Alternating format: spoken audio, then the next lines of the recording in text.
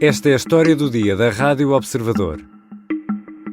Poderá a Moldávia escapar à invasão de Vladimir Putin?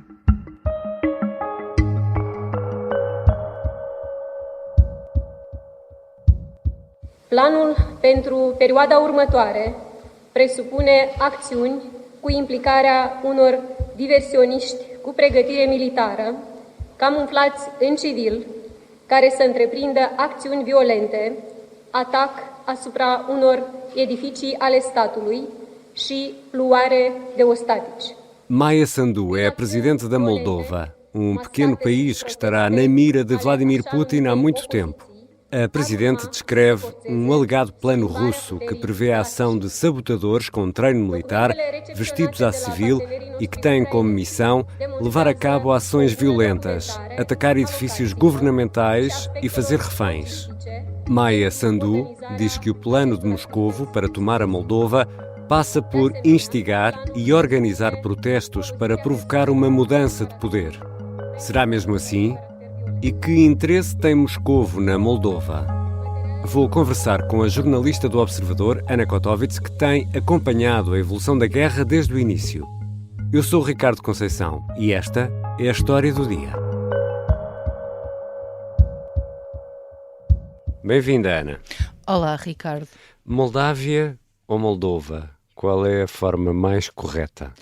A forma mais correta é a que dá menos jeito de dizer, ou seja, Moldova. Moldova. E vais-me perguntar porquê, Ana? Porquê, Ana Kotovits? Então, eu vou-te explicar porque Moldova é o país tal como o conhecemos, não é? Moldávia é uma zona geográfica muito maior que inclui a própria da Moldova, inclui alguns territórios da Roménia e até da Ucrânia. E por isso é que o ideal é dizer Moldova, para não haver confusões. E fica esclarecido de uma vez por todas. E então, onde é que fica este país? Este país fica no leste europeu, fica ali encaixado entre a Ucrânia de um lado e a Roménia do outro. A capital, por exemplo, para saberes, que não é um nome fácil de dizer, é Chisinau. E depois ainda temos a Transnistria. Onde é e o que é a Transnistria, Ana? A Transnistria é Moldova, embora não assuma que seja. Vamos tentar explicar isto. Em 1991 tivemos a queda da União Soviética. A Moldova, tal como muitas outras repúblicas, declararam a sua independência. A sosit timpul să facem dreptate și poporului nostru. Vă îndemn să adoptați anume acea hotărâre care să coincide cu năzuința poporului. Trăiască Moldova independentă!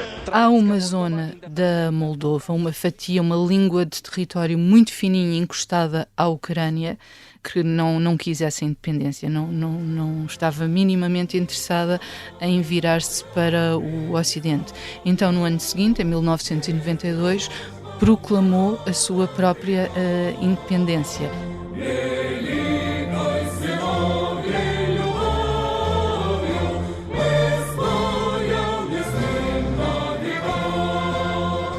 Quem vive ali são independentistas pró-russos e, portanto, que se revêem mais nos valores de Moscovo do que nos valores ocidentais.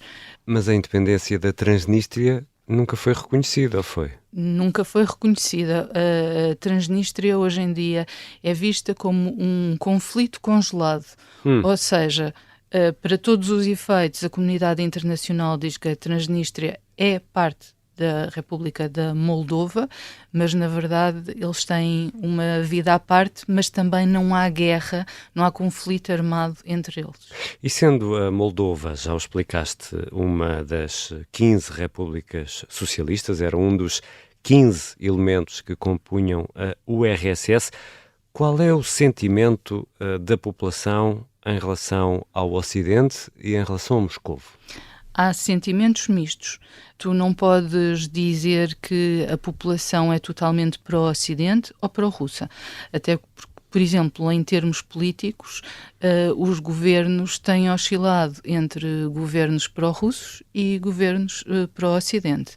O presidente que nós agora temos no poder, nas eleições anteriores a estas, perdeu contra um candidato que era pró-russo. Ele foi eleito democraticamente. Portanto, tu de facto tens ali duas fações, duas formas de encarar o Ocidente e a Rússia na Moldova. Depois, claro, tens a Transnistria, que essa é claramente pró-Rússia e, mais do que isso, quer ser independente. E que é no leste da Moldova, não é? Exatamente, encostadinha à Ucrânia. Parece que estás a descrever a Ucrânia. É quase a mesma coisa. Há aqui uma série de paralelismos que tu podes fazer, por exemplo, entre a Transnistria e o Donbass, porque são países que eram repúblicas soviéticas e, como tal, há pessoas que continuam fiéis a essa herança e há outras que olham para o Ocidente e querem ter uma forma de vida mais próxima do Ocidente. Portanto, é tal e qual, com a diferença que a Moldova é muito mais pequena do que a Ucrânia, não tem comparação. Lá está, mas Transnistria e Donbass é exatamente a mesma situação, independentistas pró-russos que se querem separar do país original. Și trebuie să investim în capacitatea noastră de a asigura ordinea publică. Ori, liniștea și pacea sunt fundamentale pentru dezvoltarea economică și pentru dezvoltarea noastră socială. E ainda na semana passada, o Parlamento da Moldova aprovou novo governo pró-ocidental que é liderado por homem pró-ocidente, Dorin Hrećian. Já voltamos à conversa com a jornalista do Observador, Ana Kotovits. Que planos terá afinal Putin para a Moldova? Ouviu Rádio Hoje? Ouvi a pipoca mais doce, a Ana Garcia Martins. Ouvi a Catarina Miranda. Ouvi o Manel Serrão. Ouvi o meu amigo Júlio Magalhães. Sim, ouvi o Paulo Ferreira. Já ouvi a Maria João Simões. Ouvi a voz incrível da Carla Jorge de Carvalho. Ouvi o José Manuel Fernandes. Ouvi a Helena Matos. Ouvi, claro, o Rui Ramos. Ouvi o João Miguel Tavares. Ouvi o Luís Aguiar Conraguia. Ouvi a Susana Peralta. Já ouvi o Jorge Fernandes. Ouvi o João Marques de Almeida. Ouvi o Bruno Cardoso Reis. Ouvi o Carlos Filhais. Eu ouvi o Martim Sousa Tavares. Ouvi o Bruno Vieira Amaral. Ouvi o Eduardo Sá. Ouvi o Alberto Gonçalves. Ouvi o Gabriel Alves. Acabei de ouvir o Pedro Henriques. Se também já os ouviu, ouviu a Rádio Observador.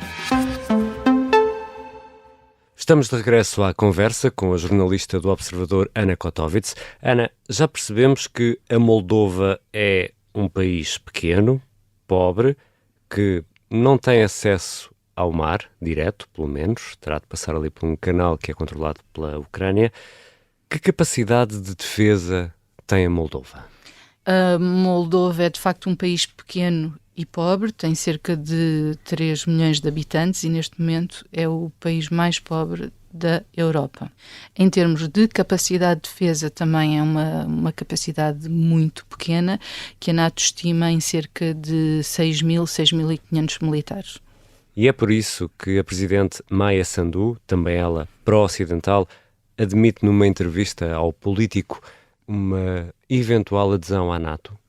É exatamente por isso, porque neste momento e com a guerra na Ucrânia, a Moldova está mais frágil e sente-se mais ameaçada pela Rússia. Não que ela não se sentisse antes, mas sabe que se a guerra na Ucrânia correr de feição para a Rússia, ficam numa situação perigosa e também sabe olhar para dentro e ver que não é com 6.500 militares que faz frente ao exército russo. Aí, de facto, o chapéu protetor da NATO, com quem já coopera, apesar de não ser um Estado-membro, é fundamental para qualquer ameaça que esteja a caminho. Porque a Roménia é membro da NATO. A Roménia, que é país vizinho, está mesmo ali ao lado, é membro da NATO e não é só isso que eles têm em comum. Em ambos os países, a língua oficial é o romeno. E chega-se a falar de vez em quando, em ambos os países, na hipótese de os dois se unificarem. Agora, isto não é uma ideia consensual na sociedade e dificilmente andará para a frente.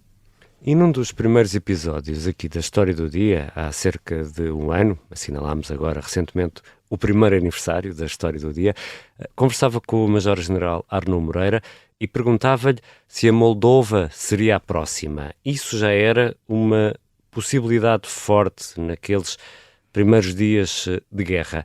O que é que mudou, entretanto, para reavivar esta possibilidade tão forte de invasão russa? Olha, Ricardo, eu estive nem de propósito a conversar novamente com o Major-General e falávamos exatamente sobre isto. E, curiosamente, nos primeiros dias de guerra, a ameaça militar sobre a Moldova era maior.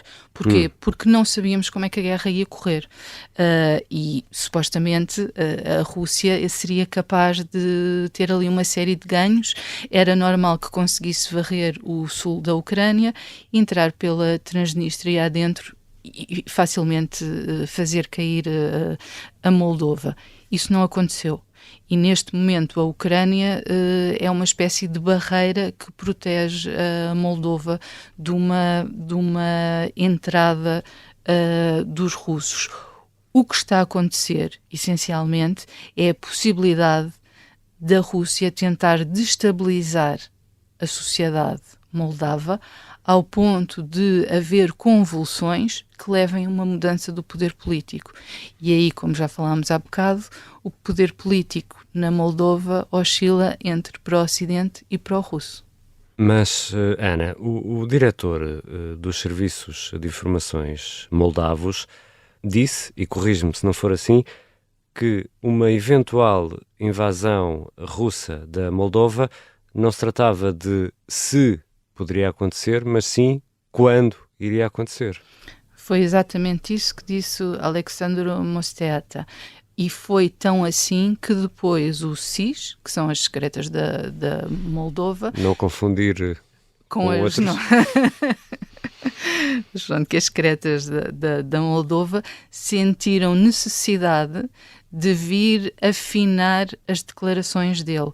Ou seja, ele diz de facto isto, a questão não é se vão invadir, é quando é que vão invadir, inclusivamente coloca uma data no calendário, fala em janeiro, fevereiro, até agora não aconteceu nada, ou depois em março e abril. E o que é que os serviços secretos acrescentam?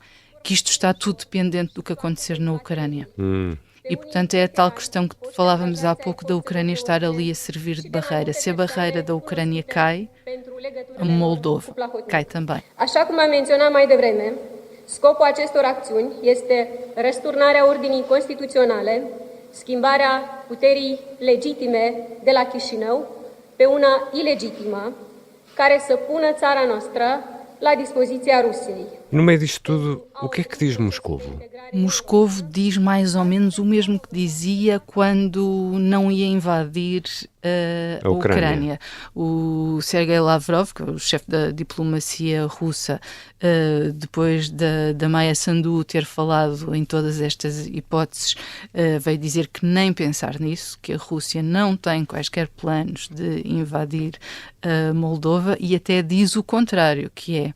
На эту роль приглядывают Молдову, прежде всего потому, что смогли поставить o Ocidente é que está a tentar instigar mais uma vez numa antiga República Soviética um sentimento russofóbico, anti-Moscovo e por aí fora. E, portanto, é o Ocidente que quer que a Moldova se torne na próxima Ucrânia. Já aqui tocaste neste ponto, queria ver isto mais em pormenor contigo, Ana. É realista pensar numa invasão militar quando a Rússia está em dificuldades na Ucrânia e para chegar à Moldova teria de conquistar Odessa e toda aquela região sul onde falhou redondamente? Realista é... Portanto, é uma coisa que pode acontecer, não é impossível, dificilmente acontecerá agora, neste momento. E por isso é que lá está, na Moldova, estão todos muito atentos ao que se passa e a pensar muito na defesa do país e na NATO e em tudo isso. Porque nós não sabemos como é que a guerra vai continuar daqui para a frente, e se é verdade que a Ucrânia tem conseguido segurar o Sul, isso amanhã pode mudar. E a partir do momento em que isso mudar, a Moldova está em risco também. Assim sendo, o tal eventual plano de Vladimir Putin para tomar a Moldova poderá passar por desestabilizar politicamente e colocar um governo pró-russo em Chisinau? No início da guerra, os especialistas com quem falei agora eram unânimes em acreditar que tomar a Moldova fazia parte dos planos de Vladimir Putin. Portanto, era a ideia imperialista de reconquistar tudo o que está ali à volta. Só que as coisas, como nós todos sabemos, não têm corrido como ele esperava. E, não tendo corrido como ele esperava, ele volta a planos que já usou no passado. E por exemplo, em novembro, dezembro, até ainda durante o outono, houve uma série de instigações russas na Moldova que criaram uma série de problemas. Por exemplo, a Rússia chegou a cortar o fornecimento de energia no país. Isto fez com que os preços que eles paguem lá pela energia sejam uma loucura. Isto fez com que a inflação pudesse chegar quase aos 30%. Que consequências é que isto tem? Uma população desgastada, revoltada, e na altura houve de facto várias manifestações contra o governo e que se sabe, é um facto, que foram financiadas pelo Kremlin.